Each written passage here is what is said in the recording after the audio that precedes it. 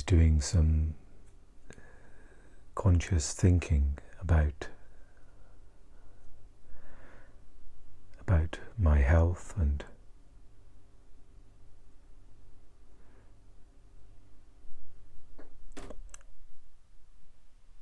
how to see things.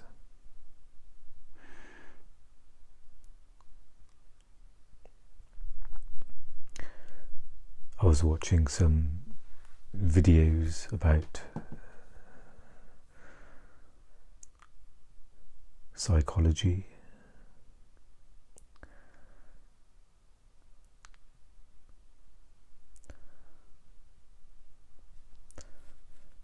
more so perhaps the mechanics of the mind in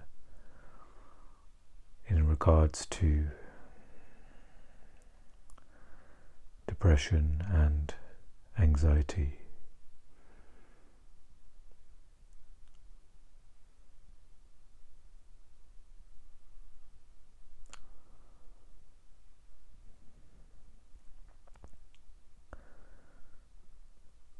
And so came the question about how to see things.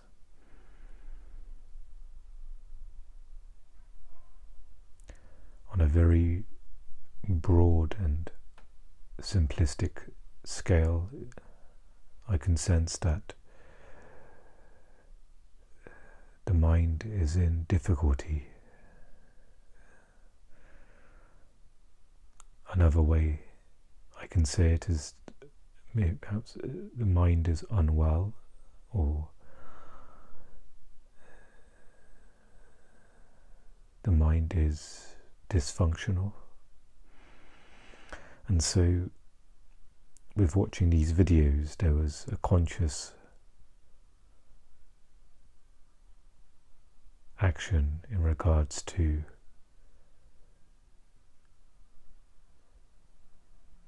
anything useful I could use to help with mind. And then came the thought of, how do I see this?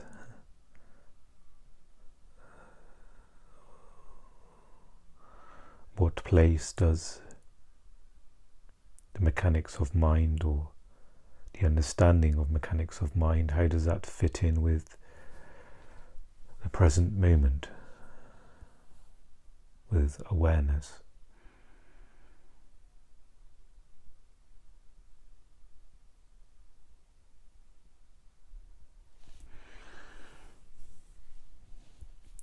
So I'm, in a sense,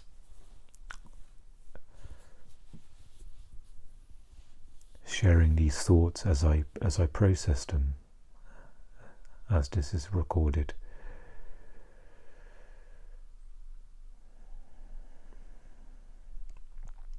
This is where I'm at right now.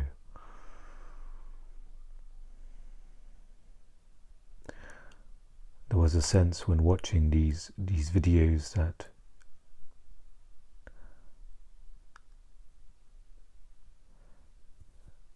in a sense the mind was almost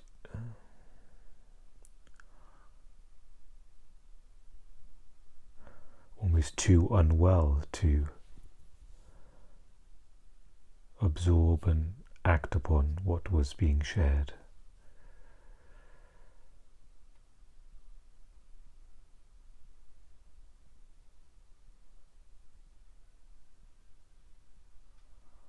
That perhaps I'm very limited to what can be done with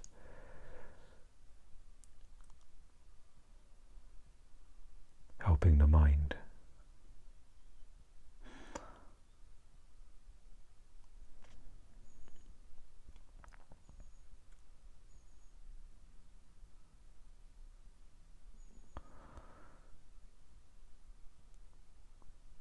And I'm not sure there is an answer within me about how do I see this, or where does this fit in with that.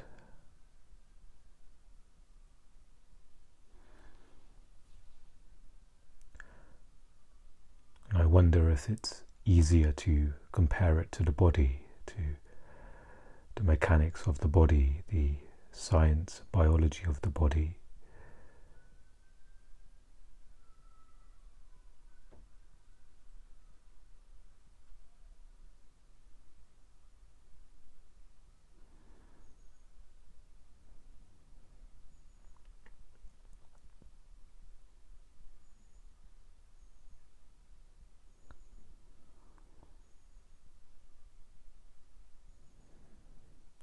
It was mentioned in a previous episode about filtering thoughts and action through awareness.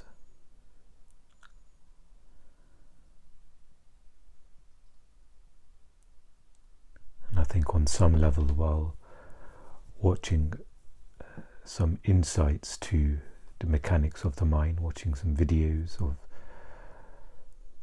those who have focused their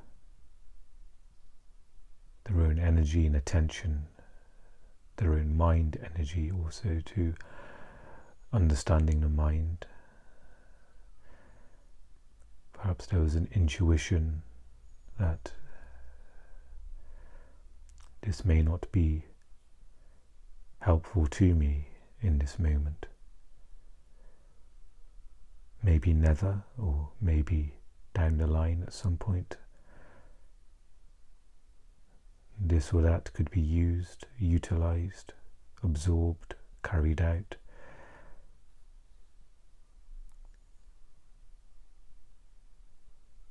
So again, it's coming to the simplicity of now.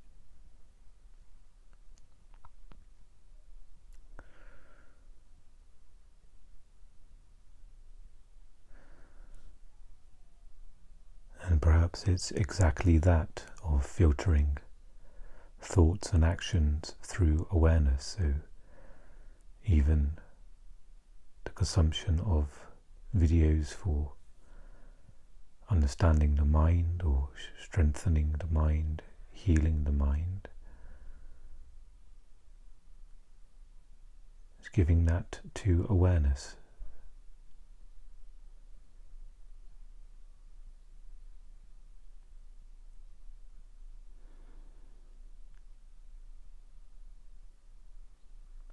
It means that whatever knowledge or insights, they are absorbed by the whole, and the wholeness, the intelligence that knows, or the deeper intelligence, can know whether this can be used, or this is useful for the present moment, the state of the body or state of the mind, instead of singling out some knowledge and acting on it from a limited perspective, which is mind.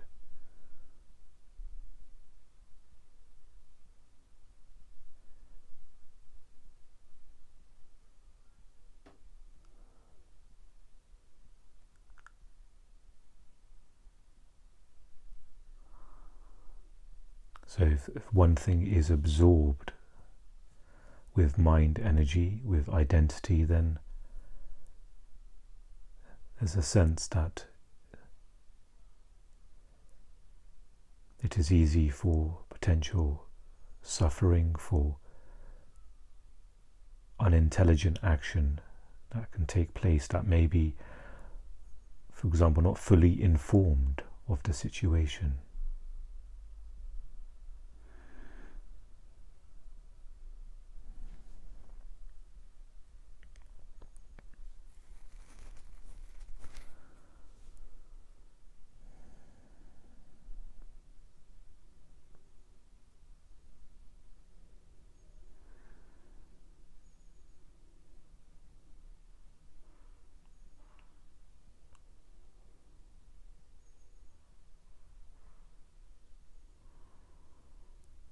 So just a sharing out loud of some of the processes I'm facing, my path or journey.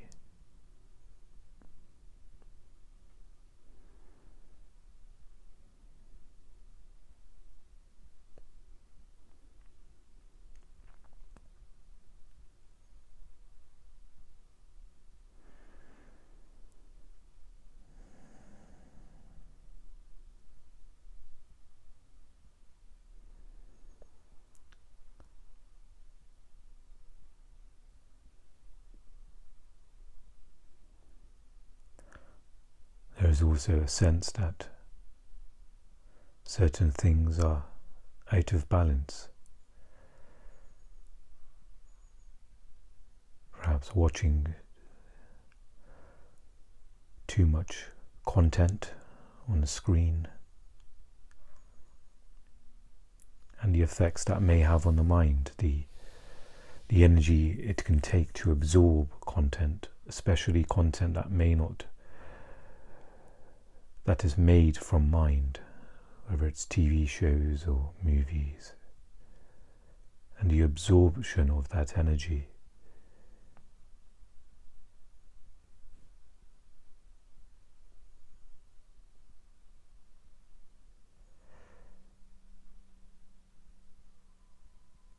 And so by checking in with the whole, perhaps there's a sense of being aware of, okay, what needs attention, what part of health. Instead of searching for something that may not be, how can this be said?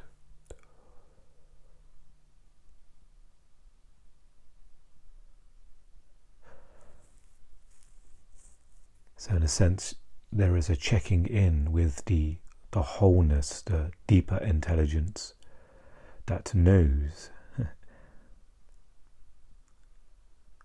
in a sense, what needs to be done. I'm wondering if that's correct. That the deeper intelligence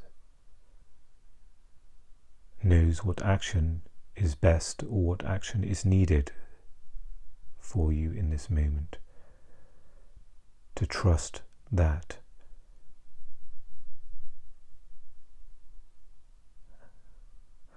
So, yes, external knowledge, content can be listened to, heard,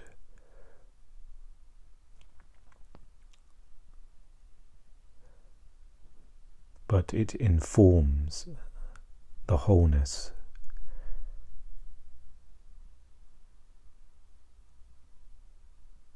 Where you're not separating yourself into the little me, and the little me is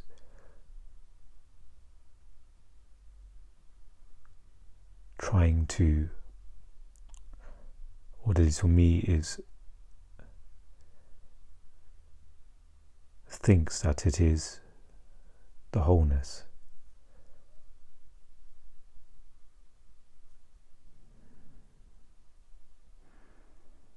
And you can almost sense the visual ludicrousy of that. It's like almost like a piece of a jigsaw puzzle that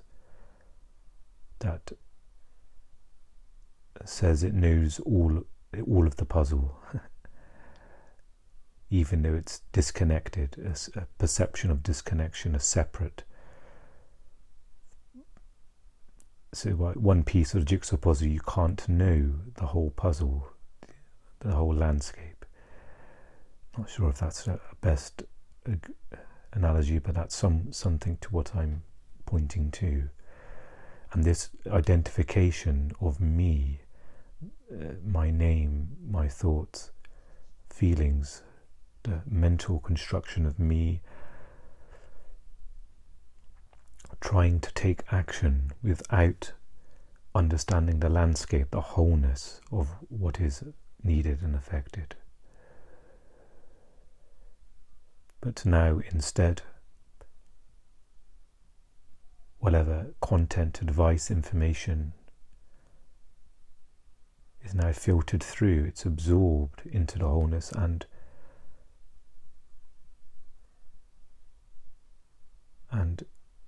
that action may be carried out depending on the state of what is needed in this moment. The aliveness of life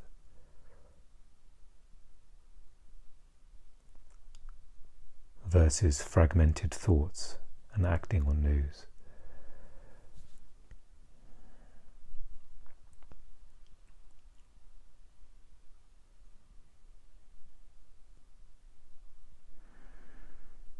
And it can be tricky almost when absorbing content, and then the mind may take over. Okay, I need to do all of these things, and it may be true, but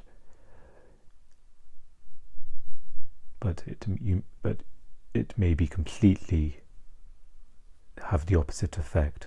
But the one way to ensure action, true action, is taken, that is in a sense right action,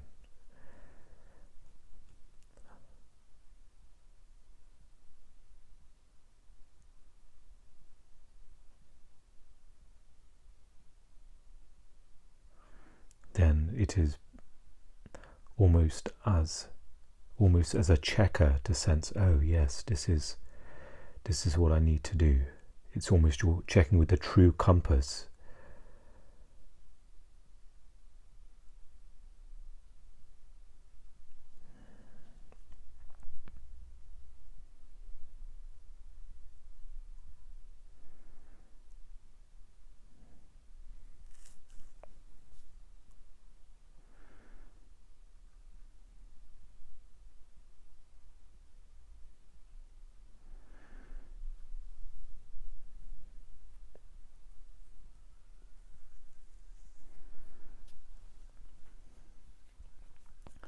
So there's a sense within myself of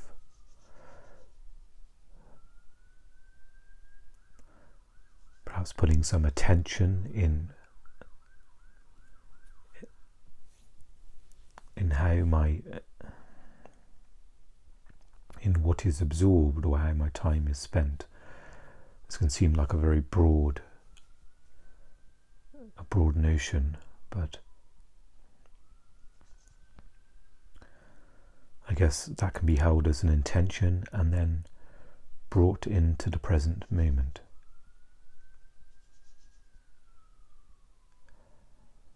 That informs what is needed.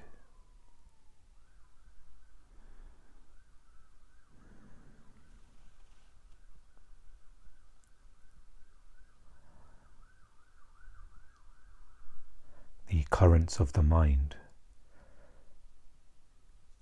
currents for different food you may want to have or content you want to consume.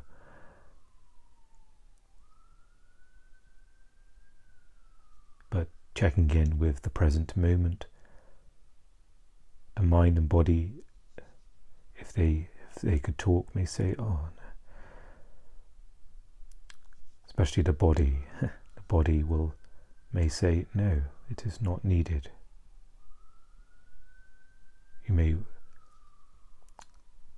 want the thought of an action. The mind may want more. It always wants more. But when checking in with the body, eating a meal, the body is full, the body has the food it needs, but the mind may say, but this tastes so good, carry on eating. And again, a fragmentation has happened. There's been a disconnection or covering up from the wholeness of what is the reality, the true compass of what is needed in the present moment, and then you're off into fantasy land, into the currents of mind and thought.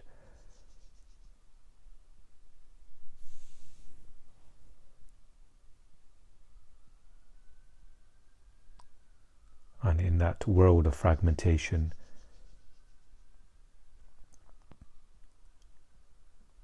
there is chaos.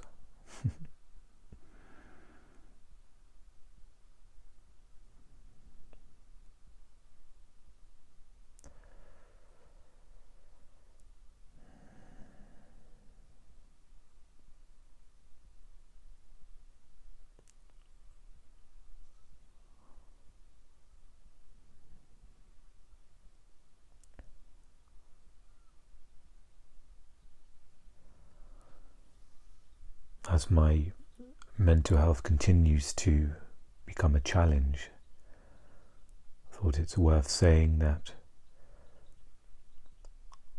if there are gaps in the recordings, then it is likely because of that. There is the intention of recording on with some sort of regularity, whether it's once a week or around that time.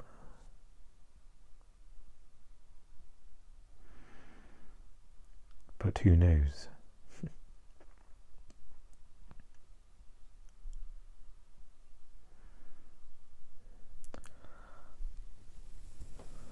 So end this episode with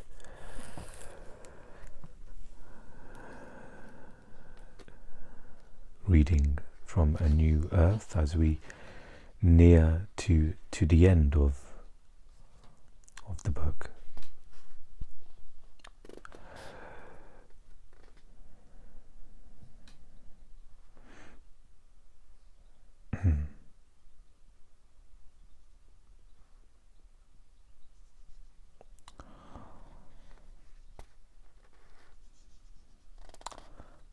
The three modalities of awakened doing. There are three ways in which consciousness can flow into what you do, and thus through you into this world. Three modalities in which you can align your life with the creative power of the universe.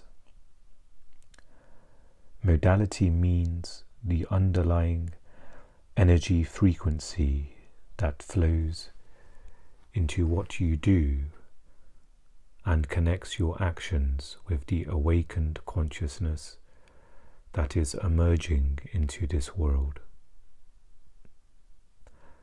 What you do will be dysfunctional and of the ego unless it arises out of one of these three modalities.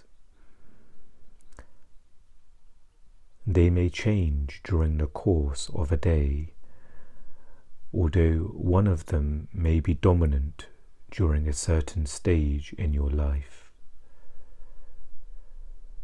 Each modality is appropriate to certain situations. The modalities of awakened doing are acceptance, enjoyment, and enthusiasm. Each one represents a certain vibrational frequency of consciousness.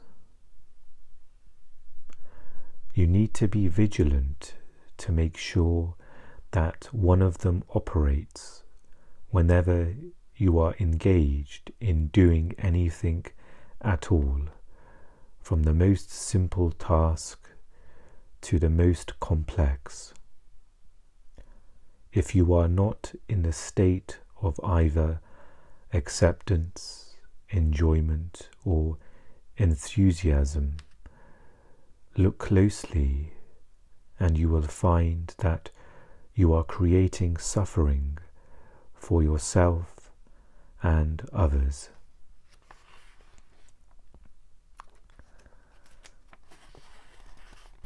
The next title of this passage is acceptance.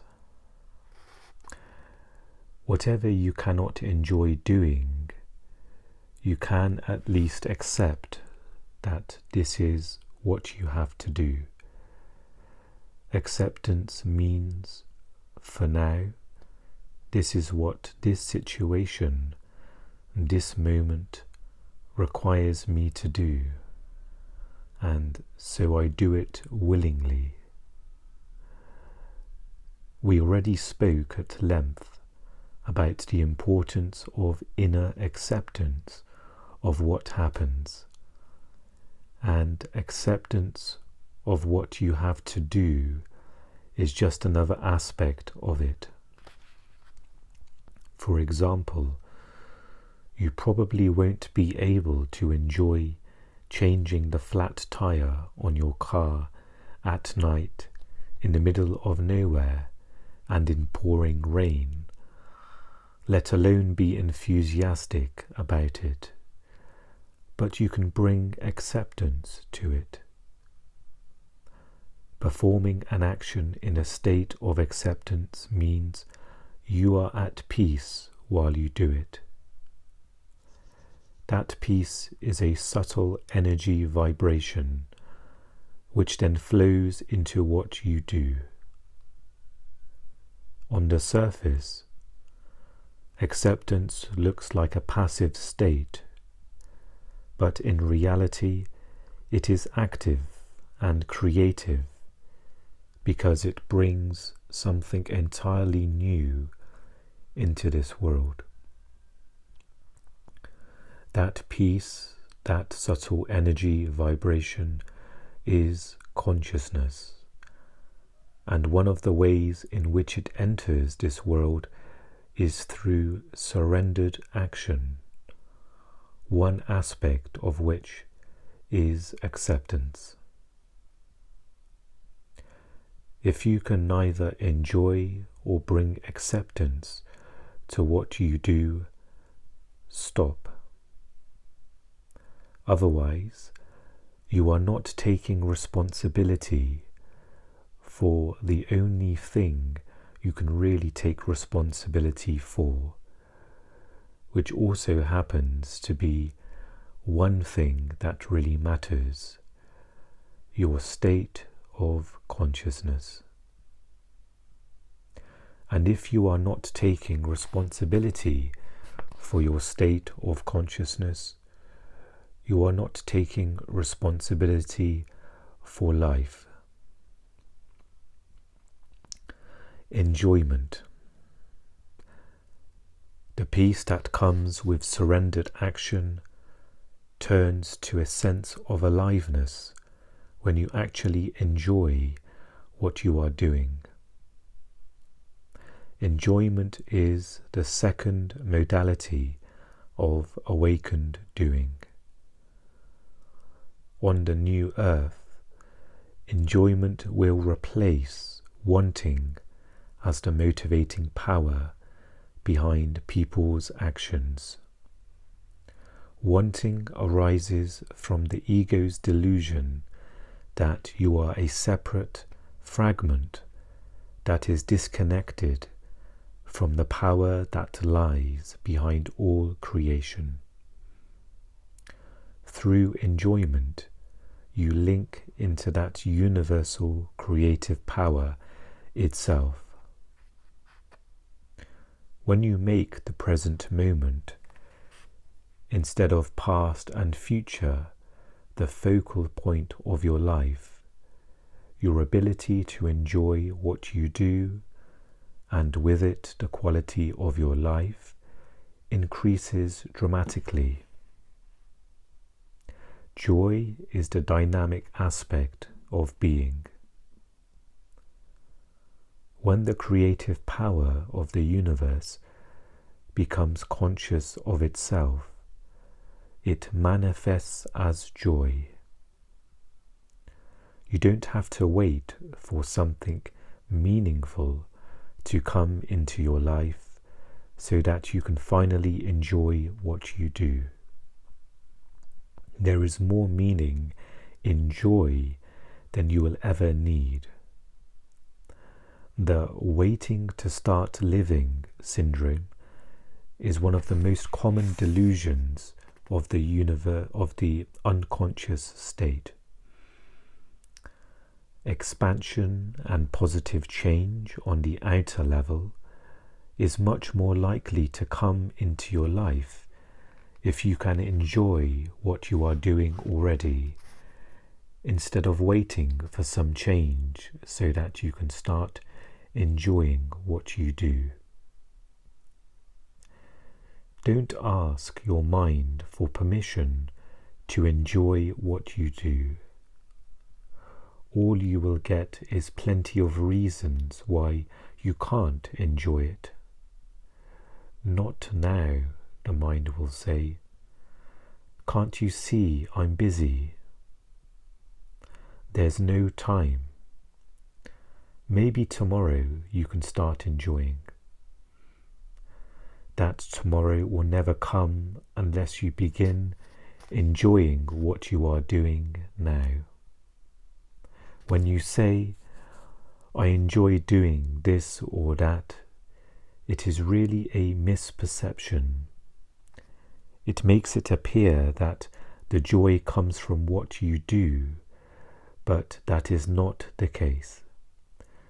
Joy does not come from what you do. It flows into what you do, and thus into this world from deep within you.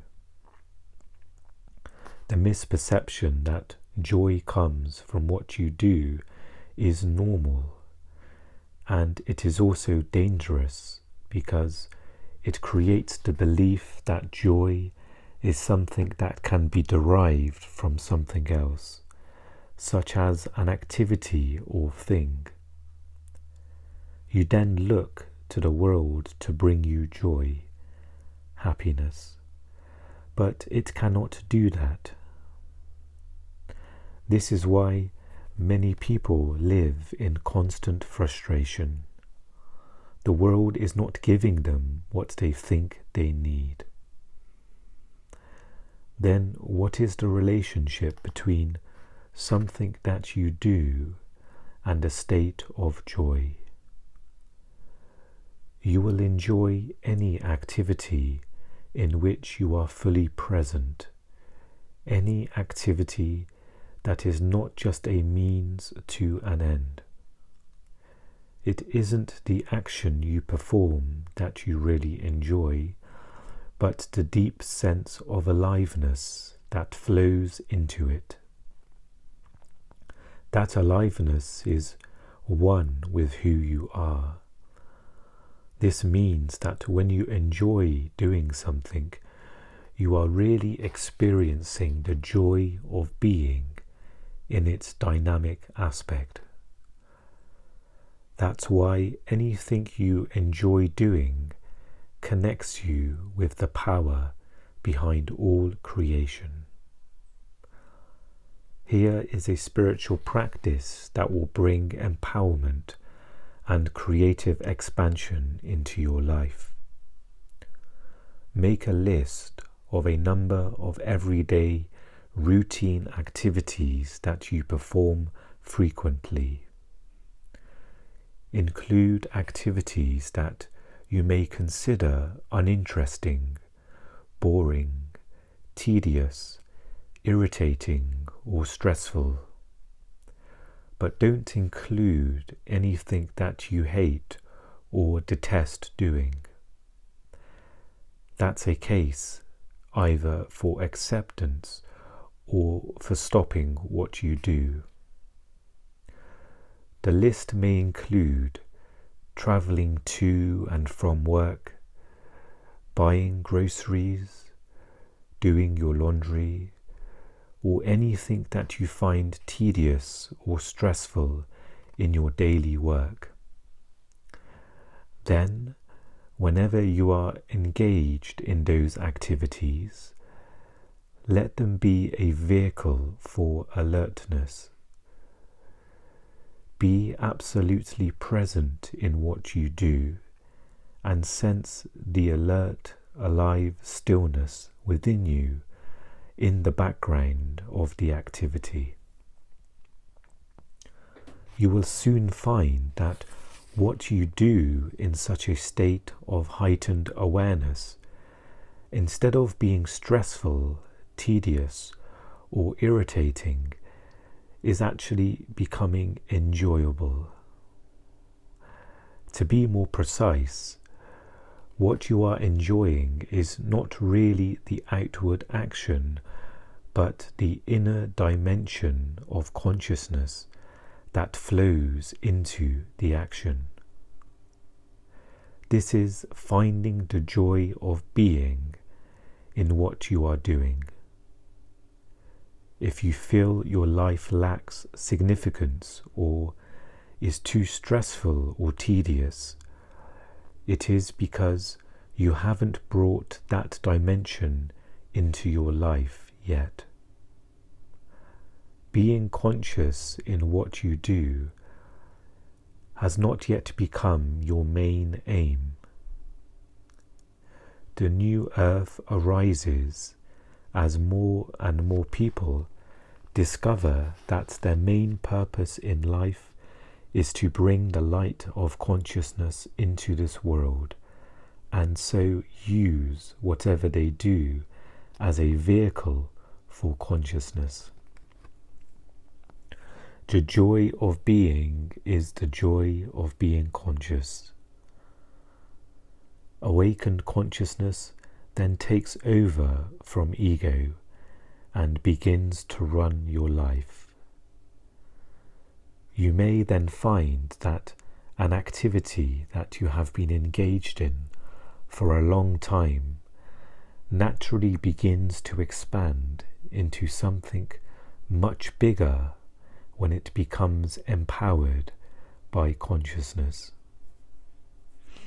Some of those people who, through creative action, enrich the lives of many others, simply do what they enjoy doing most without wanting to achieve or become anything through that activity. They may be musicians, artists, writers, scientists, teachers, or builders, or they may bring into manifestation new social or business structures, enlightened businesses. Sometimes for a few years, their sphere of influence remains small, and then it can happen that suddenly or gradually a wave of creative empowerment flows into what they do, and their activity expands beyond anything they could have imagined and touches countless others.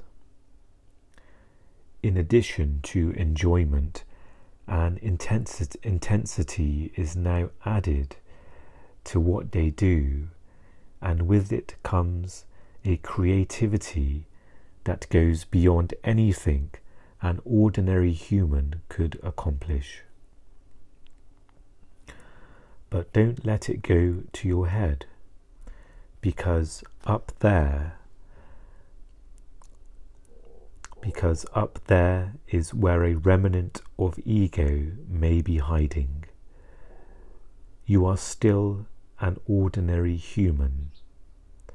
What is extraordinary is what comes through you into this world. But that essence you share with all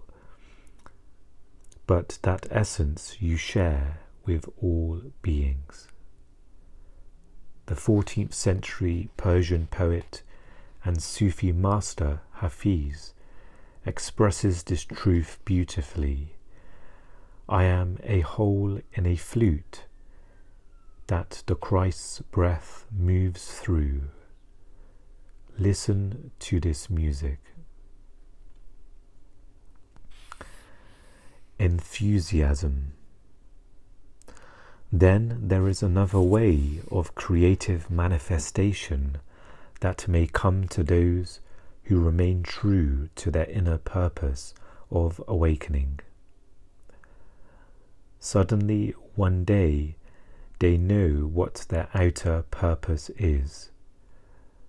They have a great vision, a goal, and from then on they work toward implementing that goal. Their goal or vision is usually connected in some way to something that on a smaller scale they are doing and enjoy doing already. This is where the third modality of awakened doing arises: enthusiasm. Enthusiasm means there is deep enjoyment in what you do, plus the added element of a goal or a vision that you work toward. When you add a goal to the enjoyment of what you do, the energy field or vibrational frequency changes.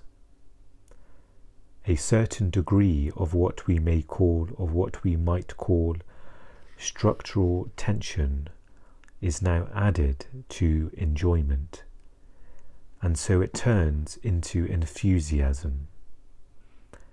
At the height of creative activity, fueled by enthusiasm, there will be enormous intensity and energy behind what you do.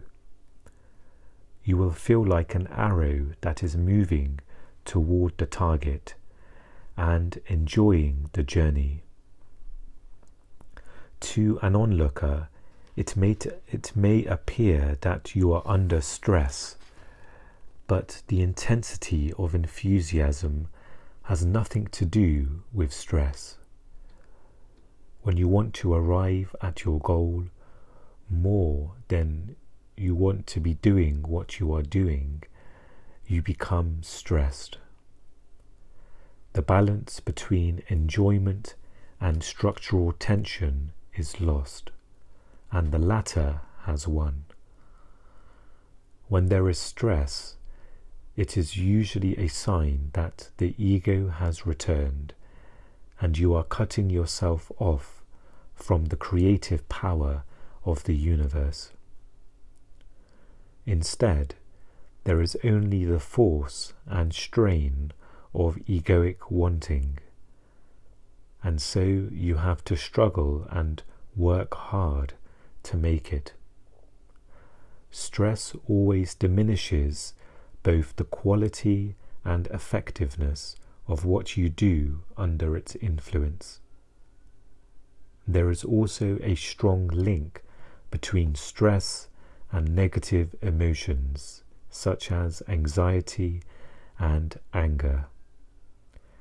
It is toxic to the body and is now becoming recognized as one of the main causes of the so-called degenerative diseases such as cancer and heart disease.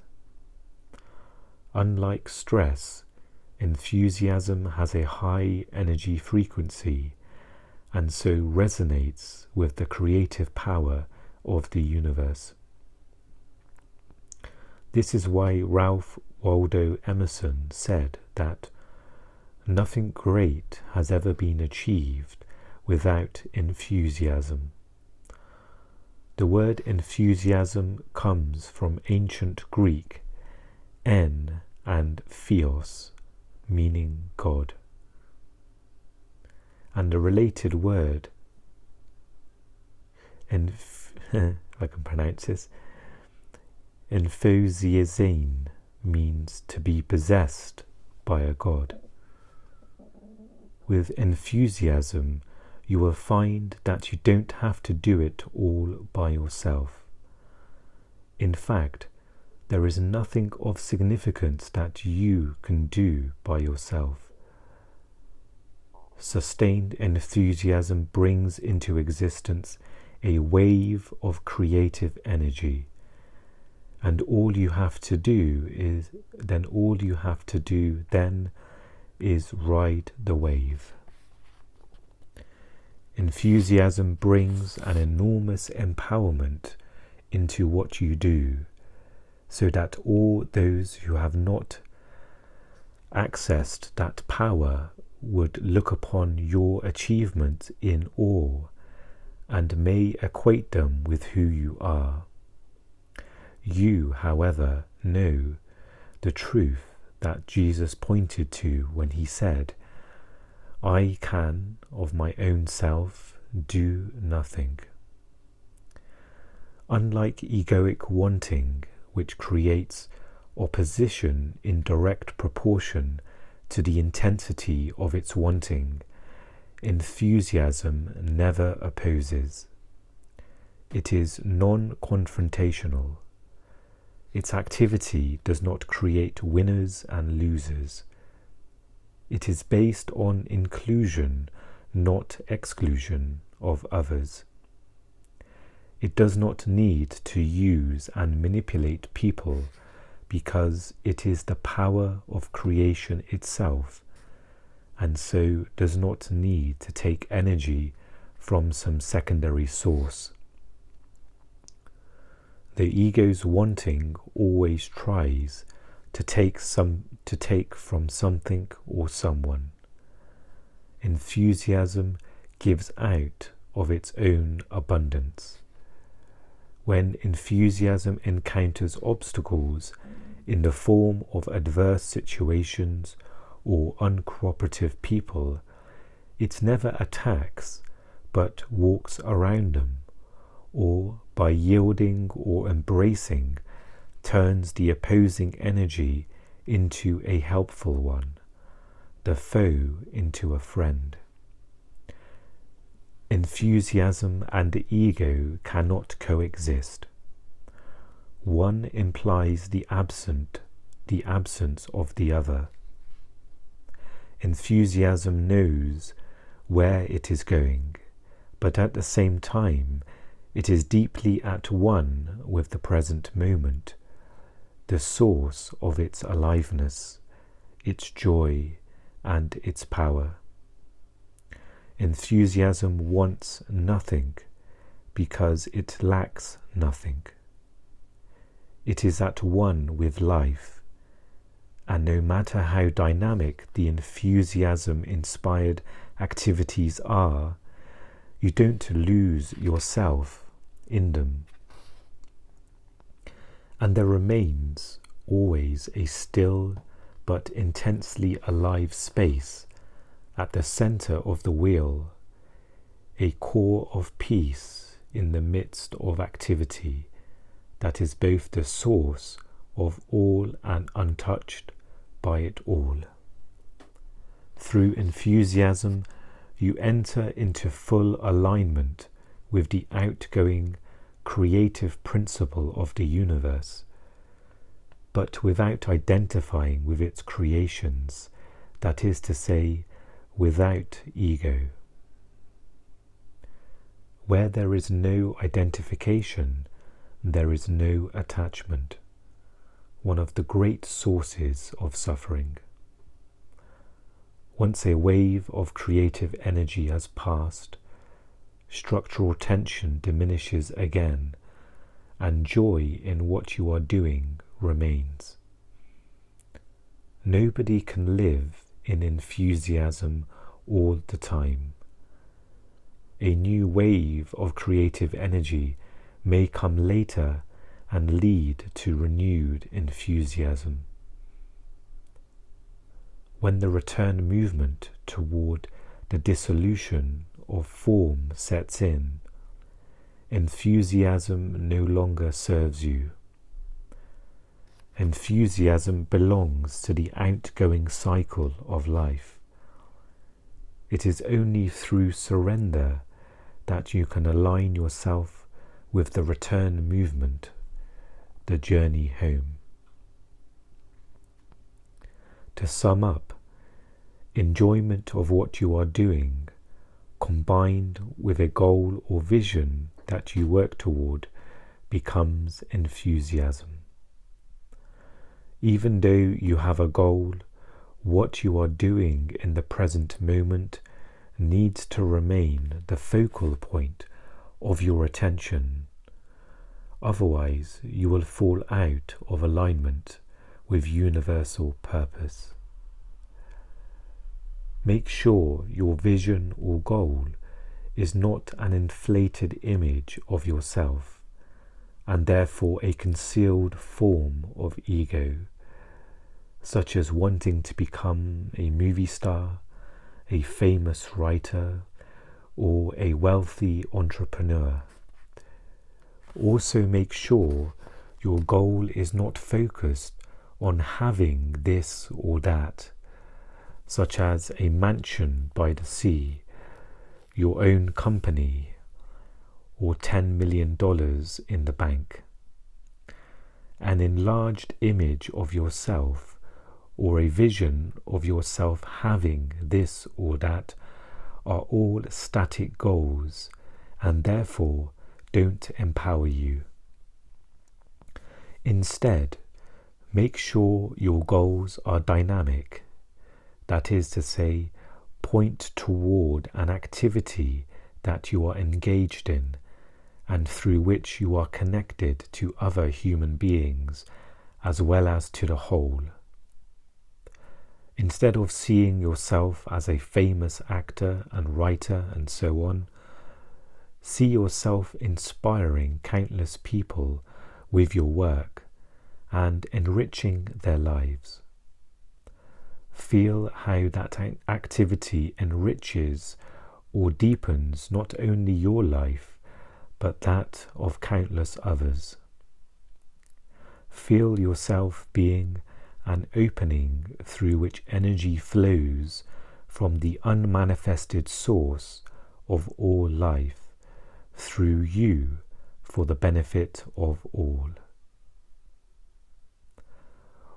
All this implies that your goal or vision is then already a reality within you on the level of mind and of feeling. Enthusiasm is the power that transfers the mental blueprint into the physical dimension. That is the creative use of mind, and that is why there is no wanting involved. You cannot manifest what you want. You can only manifest what you already have. You may get what you want through hard work and stress, but that is not the way of the new earth.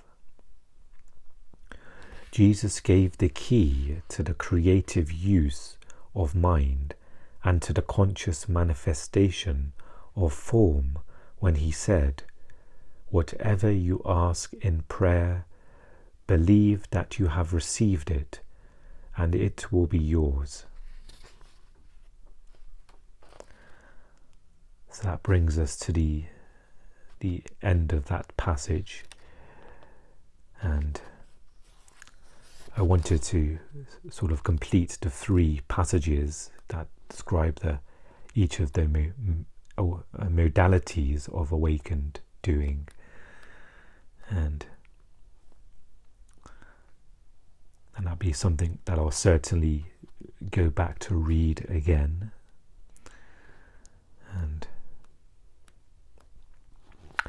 And again, it seems like there was a huge sort of expansion on what I was sharing at the start of the episode. Another one of those where the passage almost reflected on what I was sharing without me knowing what was ahead, what I was about to read. And that sort of filter the awakened of action there, as Eckhart has greatly expanded upon the 3 modalities of awakened doing, and noting if neither of those modalities are currently happening, then to stop the doing. Thank you for joining me for this episode. I wish you well, and I will speak to you again very soon. Take care.